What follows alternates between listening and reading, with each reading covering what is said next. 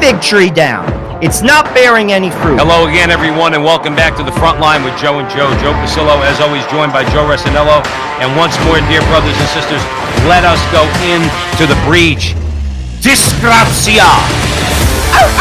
They will not allow Donald Trump to be president.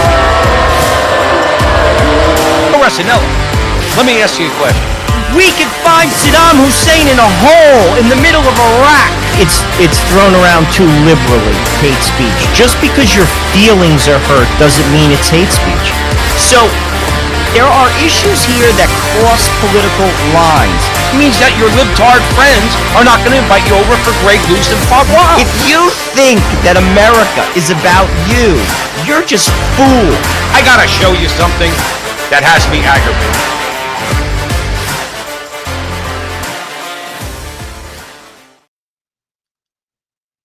Hello again, everyone, and welcome back to the Frontline with Joe and Joe. Joe Pasillo and Joe Resinello. And once more, dear brothers and sisters, let us go into the breach. I want to jump right in tonight, and I want to thank you all for joining us here. I want to talk about something that happened in the news. Many of you are aware of it. I want to talk a little bit about my take on it, Joe Resinello's take on it. Ivan Provorov, okay, professional hockey player. Plays for the Philadelphia Flyers. I'm sure many of you out there or all of you out there heard of it. But like I said, I have a few things I want to say.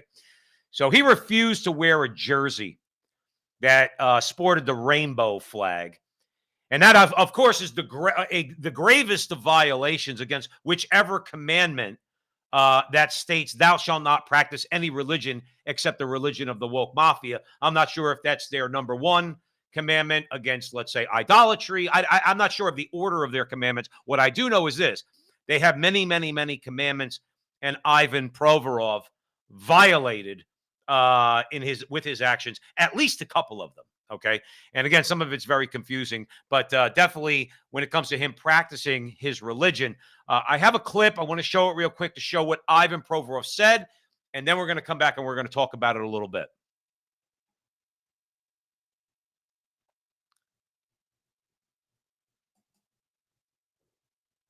Everybody,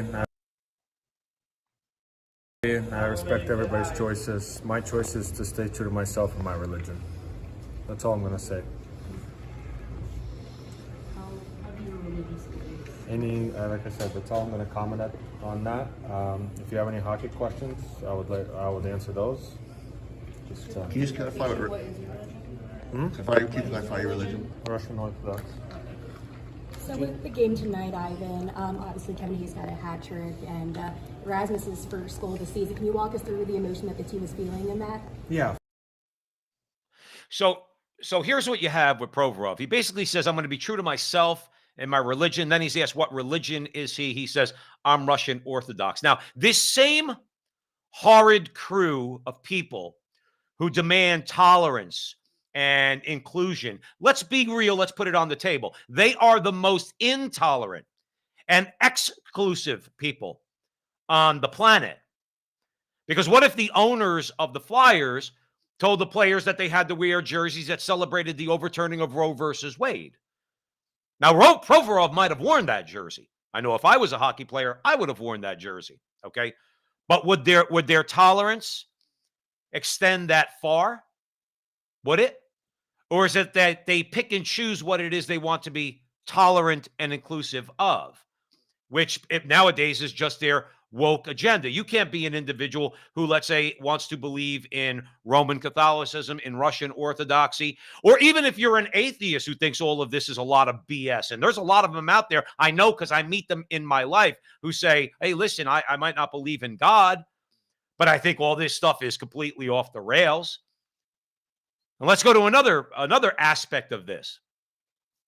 These same people used to, in my lifetime, all the movies I saw and everything, where they hated the phrase that usually in the mouths of conservative characters, like in an Oliver Stone movie, say, love it or leave it. When those conservatives said, we're, let's say, talking about those who would protest the Vietnam War. Hey, you love America or you leave it. The only problem nowadays is back then, if you were a leftist and you did decide to leave America, well, you could go to the Soviet Union before it collapsed. You can go to Cuba. You go to other communist countries, if you think it's so wonderful, Michael Moore, if you think it's so wonderful, Oliver Stone. But the thing is, that we're going to talk about later at the front line with Joe and Joe, is with Davos and everything going on there, believe me when I tell you, they're making a world and shaping a world where if you wanted to leave America and let's just say go to Italy, if you're an Italian American, or Germany, if you're a German American, they're making it so you have no place to go. That's what the New World Order is. Why don't we get that straight? You decide you don't like America, you know what their attitude's going to be? Who cares? You're stuck. Where are you going to go? England? They're woke. They're gone. England's gone. A once great nation. Joseph Pierce was on our show talking about the Catholic roots, the Catholic history of England. England's gone. You have a little bit of a reprieve right now in Italy with Giorgia Meloni. Hopefully she could change a few things, but as it stands, Italy is gone. Okay? So now we're dealing with the woke mafia telling people what they used to criticize conservatives for telling people, which was love it or leave it. One NHL analyst, E.J. Raddick, said Ivan Provorov, this is a quote, could get on a plane any day he wants, go back to a place where he feels more comfortable, takes less money, and gets on with his life. If this way's too problematic for him. If this is too much of a problem for him to maybe assimilate into a group of teammates, that's another question. Do all his teammates actually agree with this woke nonsense? Or are they just kind of like, hey, just give me the jersey. I'll do what they want and then move on. Okay? But there's always a chance to leave, according to Raddick. Go back to where you feel more comfortable. And I understand there's a conflict of sorts going on over there, so maybe get involved. That was Raddick's advice to Ivan Provorov, which basically amounts to, if you don't like it here, go back to Russia, join the army, and effing die. That's Raddick's advice to Mr. Provorov. Now, he chose, Raddick, not to apologize the following day. And a lot of fans, okay, on Twitter were criticizing Raddick for saying this about Provorov, because Provorov is basically saying, I'm going to be true to myself and my religion. But I want to bring something up real quick, okay? Harassment. See, Raddick used the word harassment. Remember something about harassment. We saw this with the teachers in Virginia. The father who said to the school board, you knew that my daughter got raped and you didn't do anything about it. What was that man accused of? Harassment. See, they want to make it where even if you open your mouth in a way that maybe I'm opening my mouth right now, maybe a little animated, maybe a little bit angry, you're harassing me. You're a harasser. You know what happens if you get charged with harassment and convicted of it? You go to jail. Harassment's a serious crime, which means, again, it goes back to the New World Order and Davos and everything else, and we're going to get into that later on. Speech now is equated with harassment and violence. That's why the woke mafia is saying if you intentionally misgender somebody, which, by the way, there is no such thing as intentional misgendering. There is just calling men, men, and women, women, of course. So, yes, it is intentional in that way. They say you could go to jail for that. Now, Elon Musk, he got involved in this a little bit, okay? And he basically said that the pendulum has swung a bit too far. And, what we want actual tolerance in America, okay? Actual tolerance. And thank you, Ivan Provorov. I could go on for a long time, but I'm not going to. Okay, because we have a lot to talk about tonight. But I wanted to start with that because let's remember something. You have to understand that Provorov knows a basic truth. He is, and this is what I want to leave you with, he is being compelled to support the tenets of a faith other than his own. And here in America, we believe that that's wrong. And even Andrew Sullivan, who is a homosexual, he's also a conservative. I believe he's Catholic, okay? He said no gay person should support forcing someone to violate his conscience or stigmatize him for it. We have to stand with Ivan Provorov and others who say, listen, I'm a very tolerant and loving human being. You're not going to make me say and do and believe what you want because I'm not going to allow you to. And that's my comment on the Ivan Provorov the Ivan Provorov issue. And yeah, and there's, like I said, there's a lot more to talk about, and Joe and I are going to be talking about a lot of these things because what's happening to him obviously is tying into a lot of what's going on out there. Now, we're going to get into Pelosi. Okay, she called some priests to do an exorcism on her house. I don't know what good that's going to do. Joe and I are going to talk about that, and then we're going to talk about Davos. But here's the thing: Joe and I are firm believers. We need to know what's going on in the world.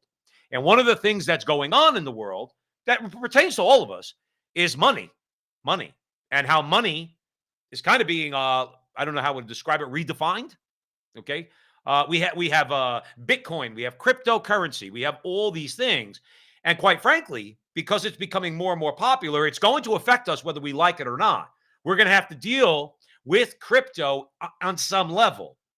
So having said that, we sat down, and I want to show you a clip before we get into the other stuff with Joe Resinello and Matthew Pinto talking about cryptocurrency and how perhaps we can understand it better so that in the future we know how to deal with it when we're confronted with it. So let's play the clip from Joe's interview with Matthew Pinto.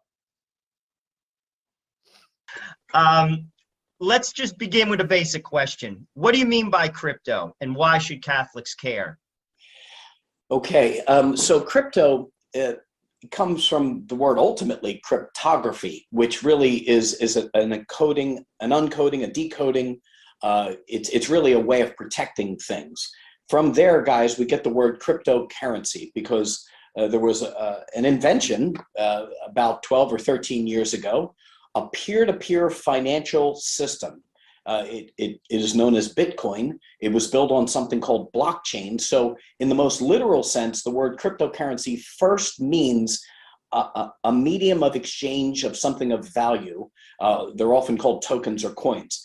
But really, guys, we're talking about a broader definition that's used in the crypto world. Underneath this word crypto would mean things such as blockchain, Web 3.0, which is the next evolution of the internet, something called the metaverse, which can get a little scary for some, something called NFTs, non-fungible tokens. It was the word of the year last year for whoever designates that.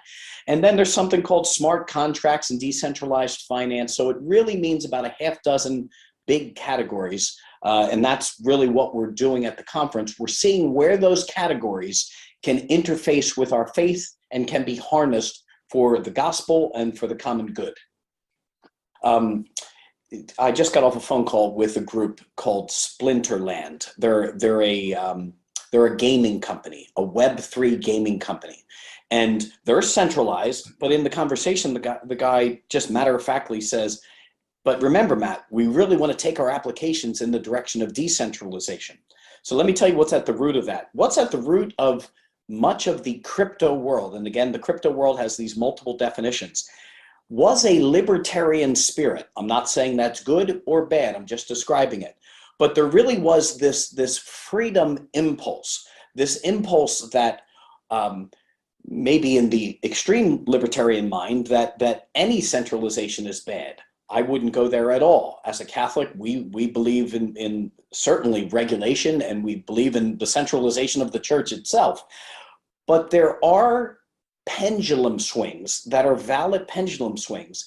And if the government or even our banking system has become onerous, well, then there'll be an instinct towards decentralization, not just in finances, but in a whole host of areas. And for example, guys, you may recall the trucker incident up in Canada about 3 or 4 months ago, where the truckers had a protest, and a lot of people sent donations to those truckers.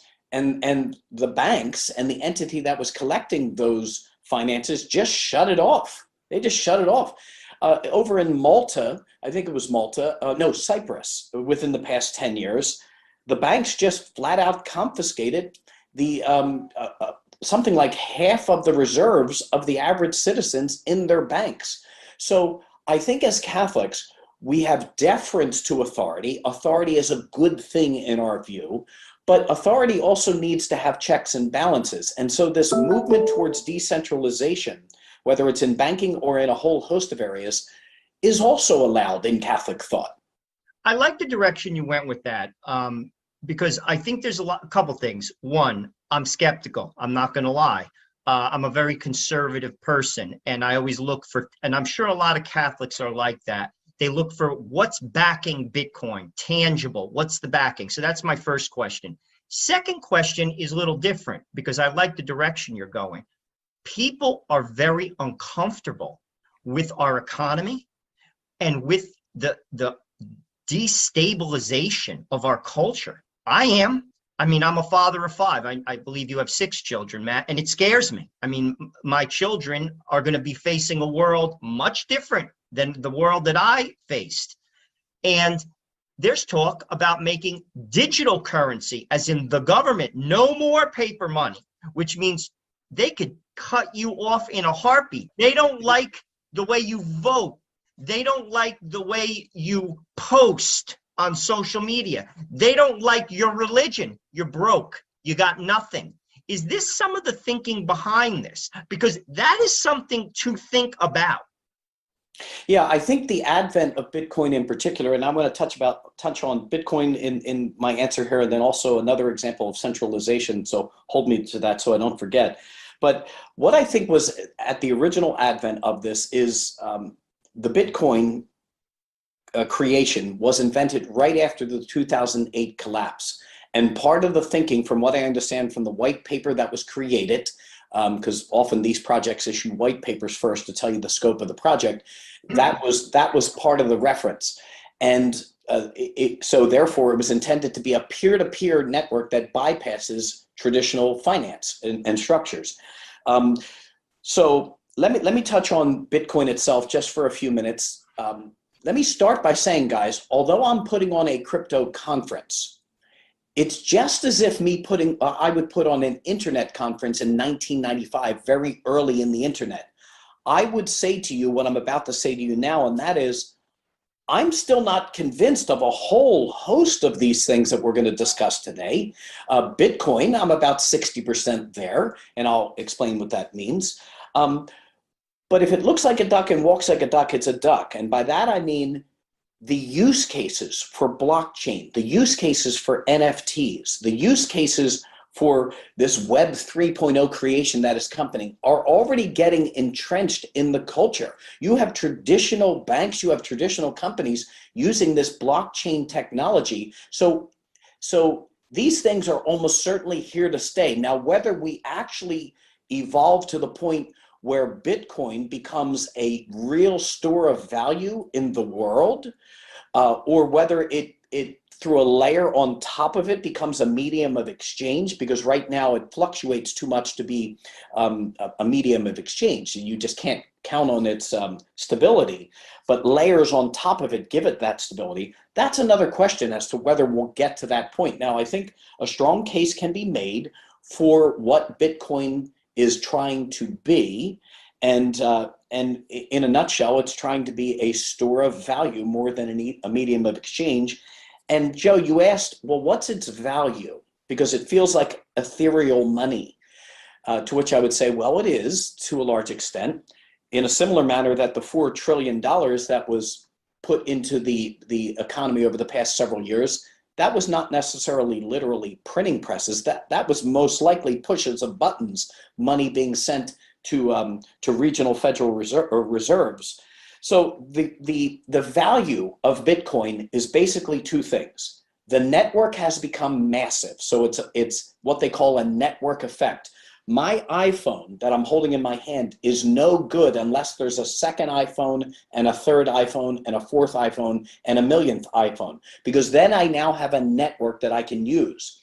Bitcoin is now a large network. In fact, many believe that it is the most powerful computer system in the world. Point number one. Point number two, it has a finite supply. 21 million is all that will ever be created. And you can begin to tether a culture and its economy to something like that when it becomes stable, not unlike gold. You can begin to tether it. So the short answer to your question, what is its value, is the network effect has grown. You have tens and tens of millions of people who now believe it's valuable. And if that is the case, then you will have buyers for it. And in fact, we won't even be disappointed when it goes down to $10,000 because we already believe the proposition. We will use that as an opportunity to acquire more. So the network effect and the finite supply are two characteristics of Bitcoin that actually give it real value. Also, guys, I did want to build on another thought in regards to this issue of inherent value. And again, Bitcoin is just one manifestation of this crypto world. But if you and I were stuck on a desert island, would you rather have $10,000 or a batch of bananas? It's more likely you would want the bananas because you can't really do anything with the money. It's just you and me on the island and there's no one to trade with. So one could make the case that a batch of bananas is worth more than $10,000. It really depends on the situation and the circumstance. Secondly, the $20 bill that you and I hold in our hand technically cost about 14 cents to make. So the inherent value of that $20 bill is about 14 cents. But you and I have agreed that that $20 equals $20. And the government says that it will back it. So as long as you have a large mass of people agreeing on something, what it's worth, and you have people backing it because they're willing to buy it when it dips, you have something that it has inherent value because people have decided that it has value. And unlike the dollars in our culture, when you build a system on a finite supply that can't be inflated, well, then now you're talking about something that is very hard. In fact, people in the Bitcoin community and crypto community make the case that Bitcoin is the hardest money ever created in human history. Because again, there's finite supply. It's very hard to, quote, mine, M-I-N-E, like you mine gold. And so you have literally hundreds and hundreds of billions of dollars put into equipment and the network that have already been invested that are holding it up. So it's actually quite strong.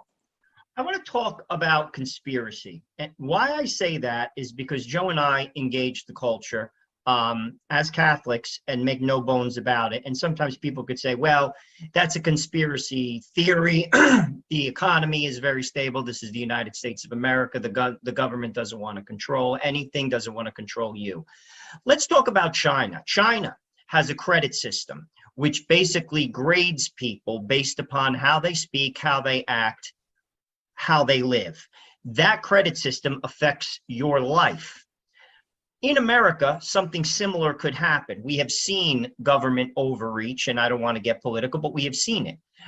I could give an example. A bank could say, I am not going to lend you, Matthew Pinto, money because you do X, you do Y. Just like they look at your credit score when you go for a mortgage, that could be something down the line because it's already happening in the world. And China is moving to a digital yen, which is going to have geopolitical influence across the globe.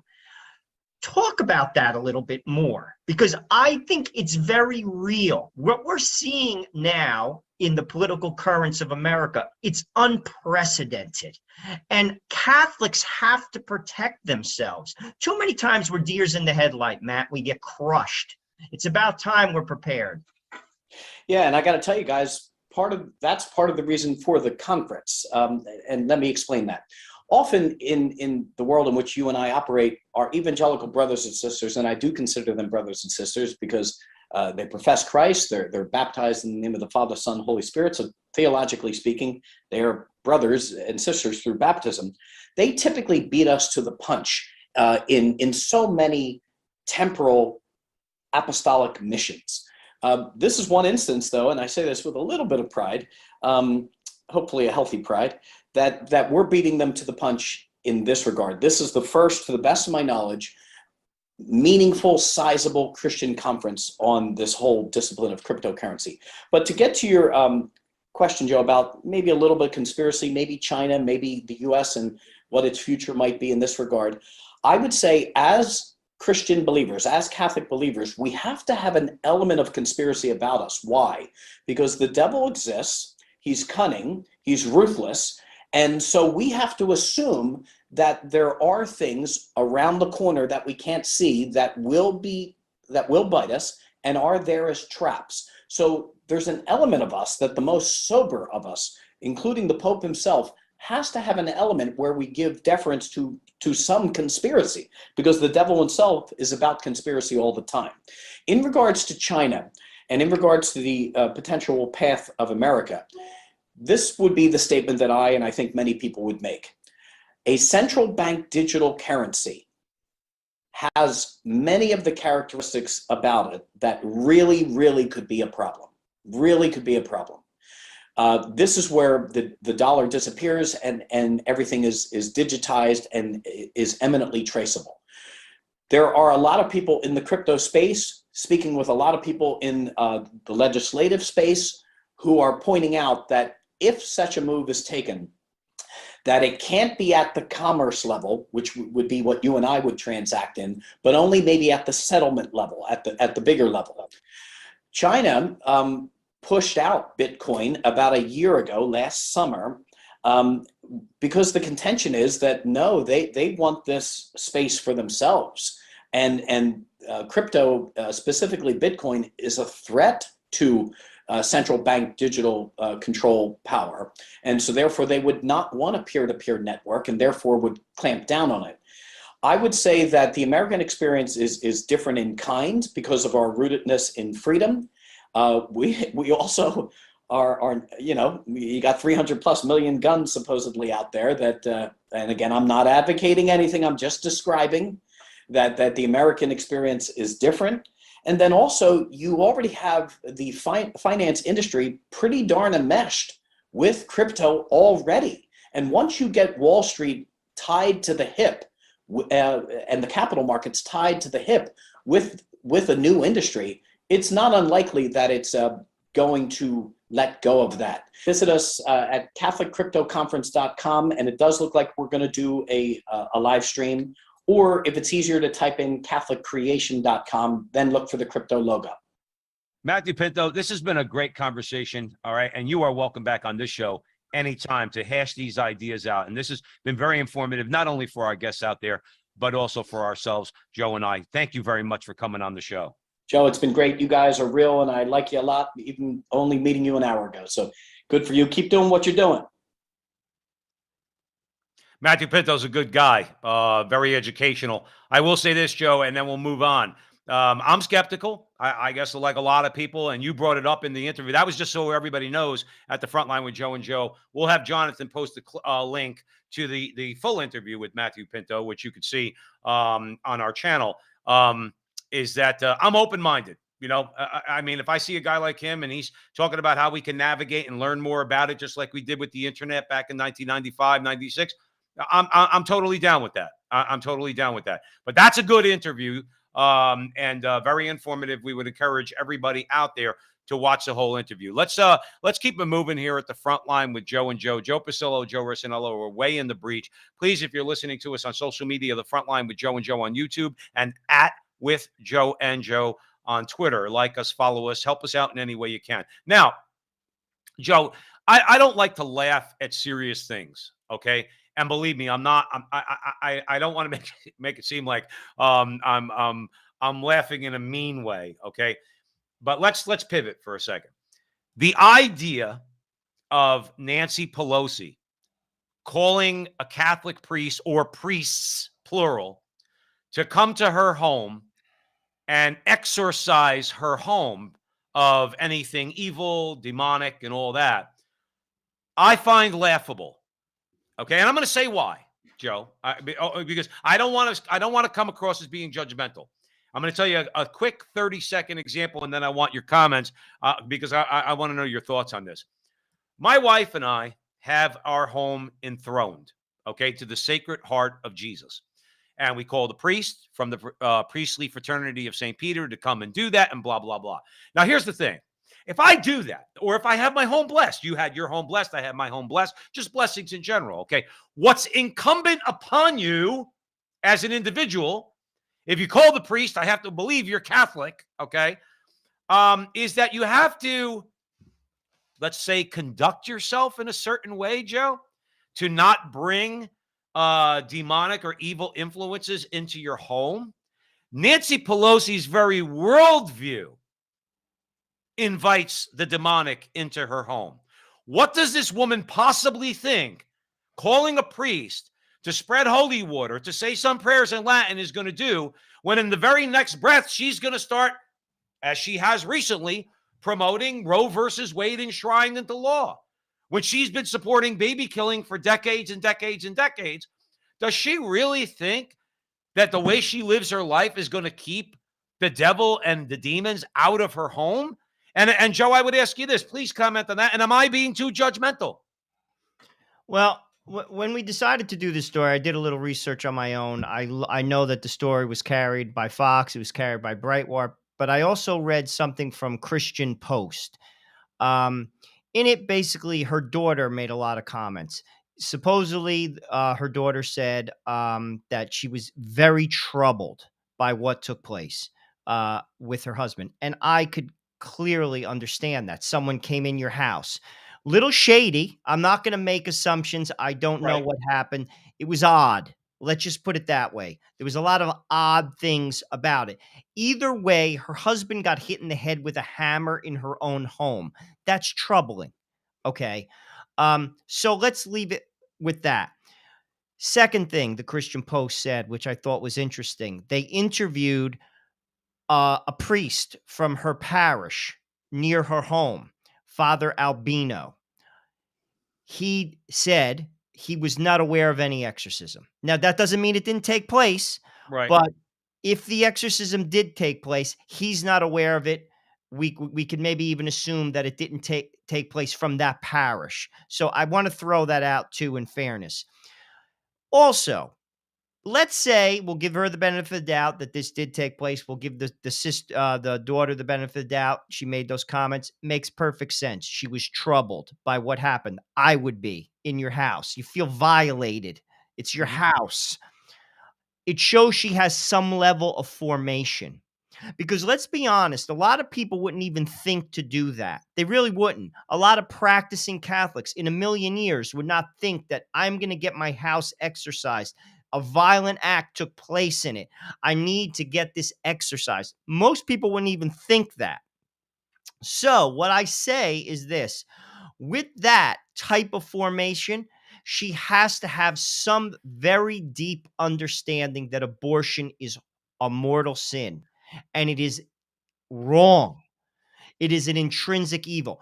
Now, whether in her mind she rationalized it, I don't know her heart, how she then projected that on the people she represented, I don't know. But the idea that and I'm not going to speculate. Clearly, I disagree with her position as a politician and as a Catholic. However, just the mere fact that she again thought, and I'm giving her the benefit of that did take place, shows she has formation.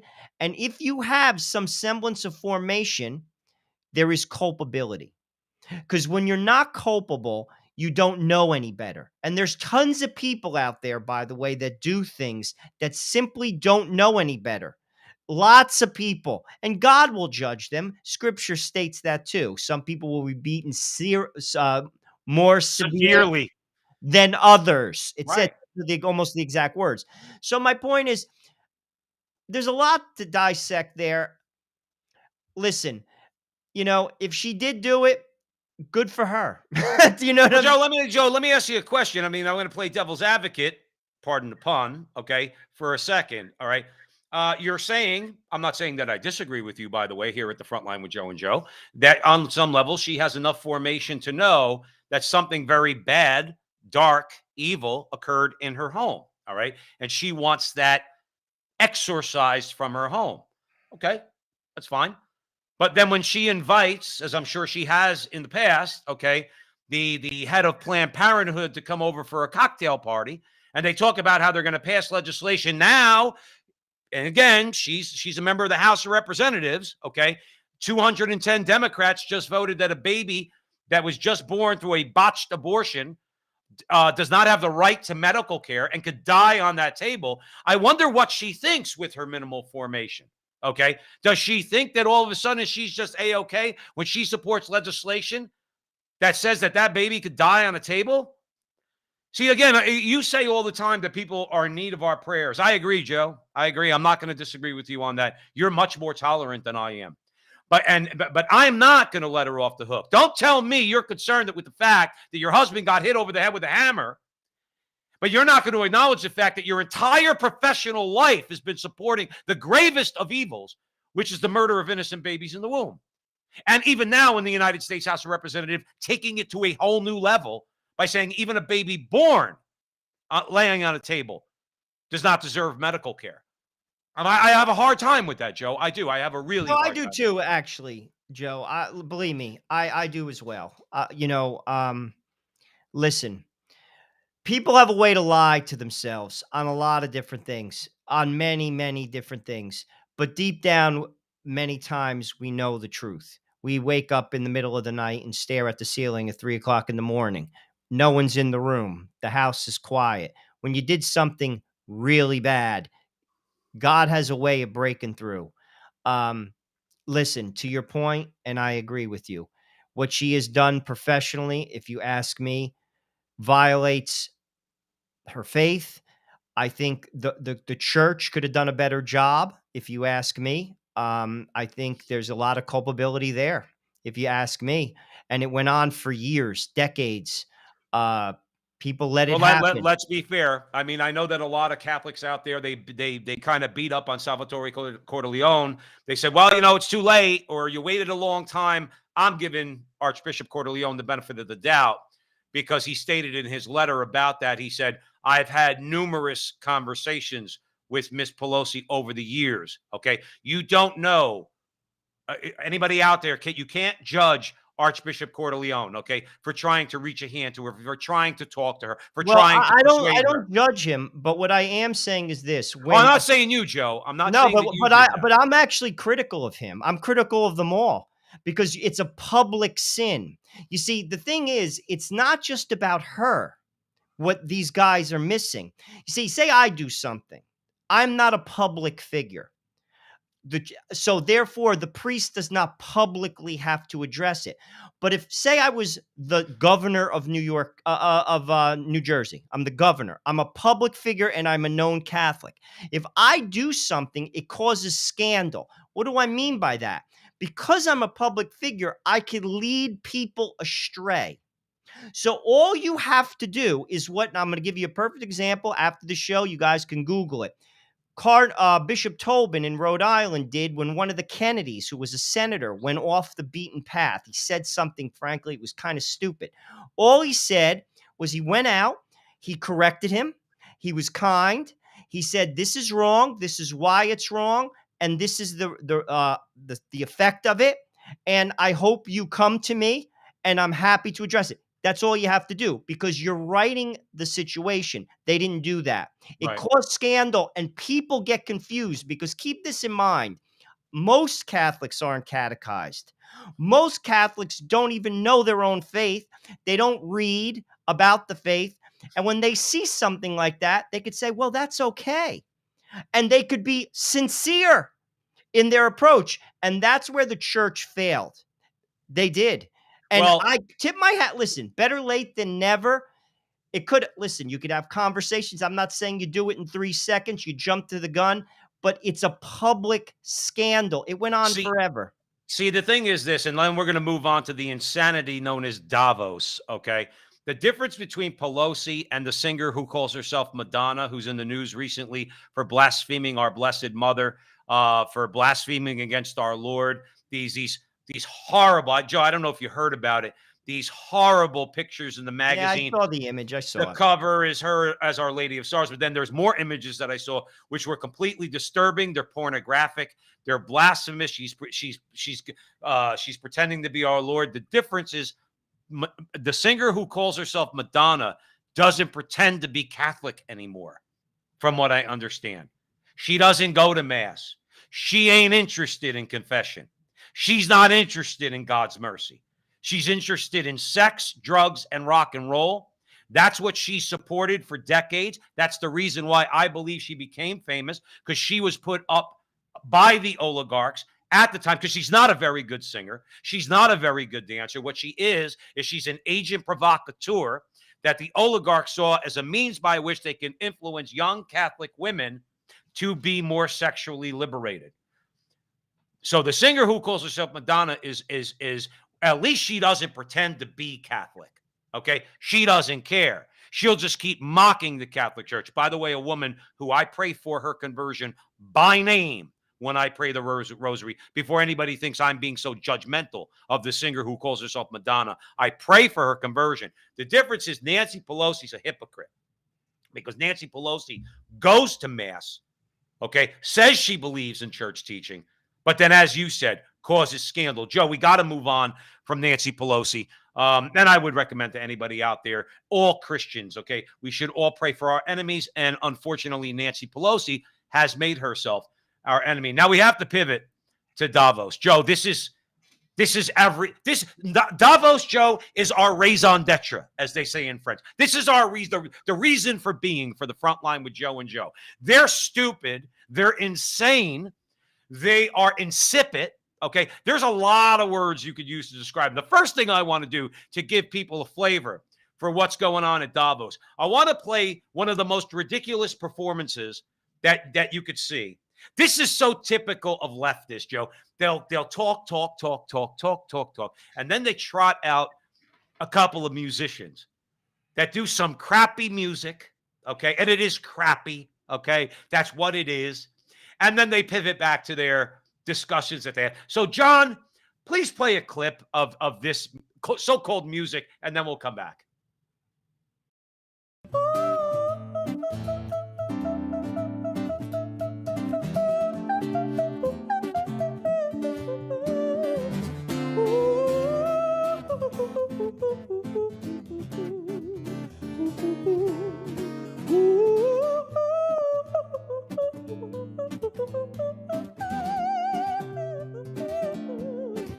Like a flower or a tree, I'll throw my head back and sing,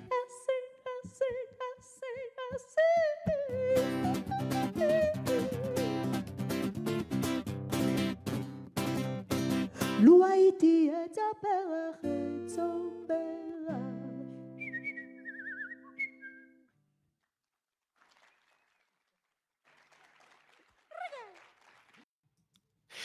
The only time I want to hear chirping at the end of a song, as at the end of Layla by Derek and the Dominoes, okay? The only time I want to hear chirping. Now, here's the thing, Joe. On one level here, okay? Call me old school. You and I are from a transitional generation, which means we can enjoy Bobby Darin and Frank Sinatra, and we can enjoy, Robert Plant and Roger Daltrey, okay? But at the very least, everybody we liked actually sang the song. Okay. And if you want to harmonize the song, learn how to play an instrument. However, this is what you get from Davos. Now, she's a person of color, the woman on the stage. So, of course, we're being racist white men because we're criticizing this putrid. You can't even call it talent. Call it some sort of performance. I don't even know what where you would even begin to describe it. But that lays the groundwork, that kind of bizarro world, like performance, where you say, what the hell is this? Like you would think that's about right. Right. You think in your mind, this is something that I would see in some obscure coffee shop in the East Village, and a coffee shop I would never go into to begin with. And if I was in that coffee shop and these two characters came on stage, I'm immediately looking for the waitress to say, check, please. And I'm getting the hell out of there.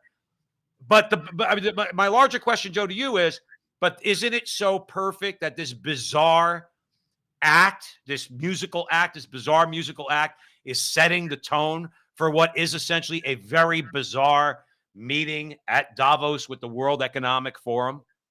Dude, you know what it's like? It's like the Billionaires Grateful Dead show. Dude, they should just pass out some acid. Maybe they were all tripping too. Maybe she was tripping while she was singing. But the thing I find interesting, which I love about this conference, is this. Klaus Schwab, this was when it started, by the way, the World Economic Forum was very small. He sold it to the world. I love when rich people get taken because it costs a lot of money, by the way, to go there. You have to pay a fee. To them, it's nothing. It might be like $50,000 a slot. Right. Klaus Schwab is robbing them blind. And then they bring out this like woman to entertain them. Again, Right. it's the Billionaires Grateful Dead show. They all go there, they stroke themselves, they basically spew insane ideas. It's an echo chamber. Sadly, they have a lot of power though, and people should listen to what they're saying. That is one Well, thing, but that is just pure madness. And to be honest with you, it just epitomizes how insane it is. But I love that he's fleecing them, Joe. I love it. well, listen, hey, listen. I love it. You're never gonna see me cry when a rich person gets taken to the cleaners by a master con man like Klaus Schwab. Okay, whether he believes in that stuff or not, he's certainly promoting the hell out of it. But now here's the thing: you have to go from the ridiculous to the serious. Okay, and Dude, as put you on said, the woman with the headgear.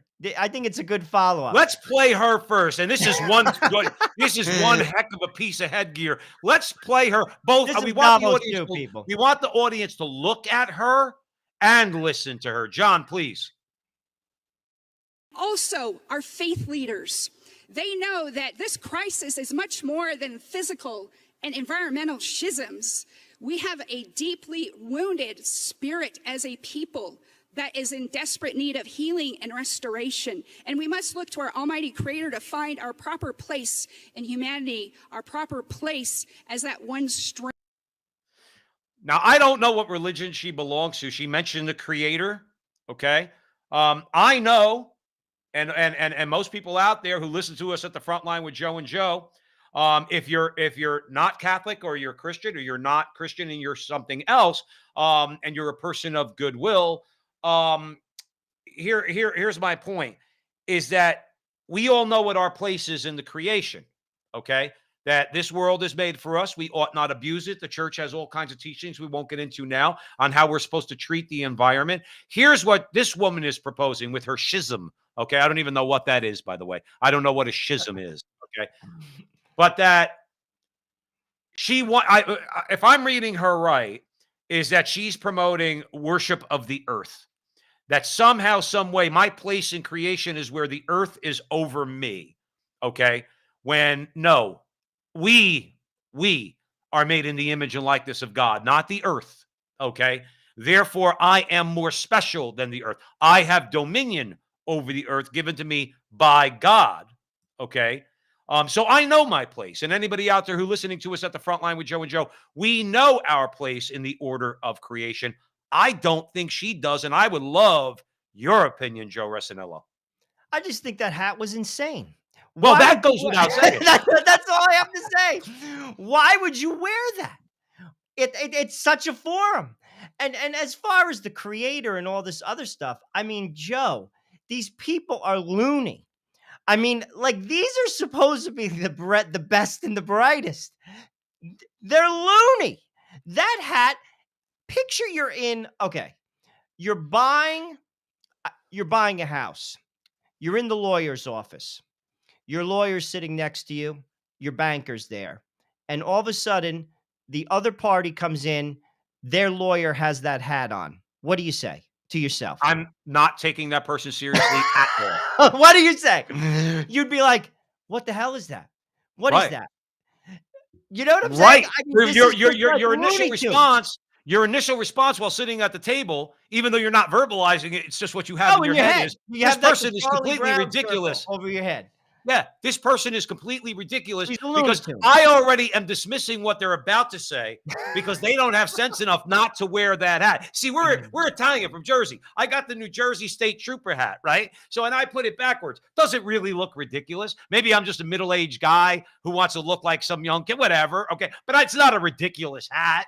It's a baseball cap. Okay, Well, she was And in you her turn it garden backwards. and she had that hat on. That's acceptable. It's Right. sunny, or she's at the beach, but she's at the World Economic Forum. She's talking to Jamie Dimon, James Gorman, who's the CEO of Morgan Stanley. You got some tech giants out there. You got everybody who has Joe, quick question. Quick question. You think Jamie Dimon takes her seriously? Oh, absolutely not. No, but dude, it's all a charade. Well, they're playing the game. And just like the lady who's pretending to play the flute, the crazy lady. Right. Dude, this is just insane. It's insane. Like Well- I said, they should all been tripping on acid. It's the Billionaire Grateful Dead show. Well, That well, hat the was Billionaire Grateful Dead fantastic, show. and the lady playing the flute.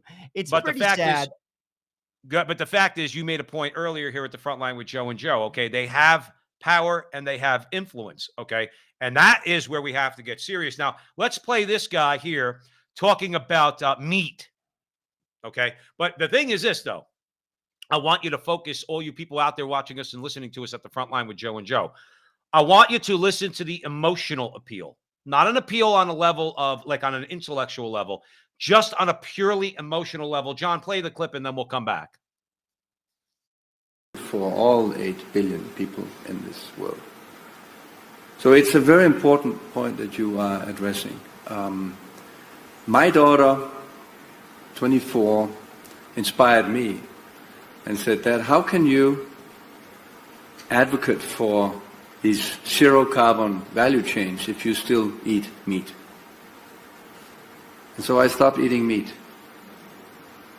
Now the math would say, well, you need to stop eating meat 11 years to compensate for a flight to Thailand.